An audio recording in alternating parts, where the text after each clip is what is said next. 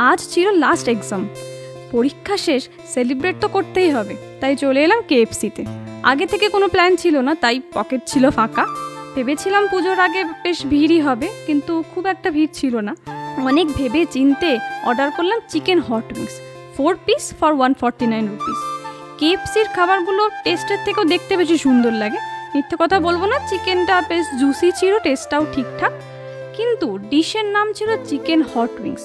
আর এগুলো কি উইংস? একটা মাত্র উইংস, বাকি সব অন্যান্য পিস। আর এইটুকু ডিপটার দাম ছিল 28 টাকা।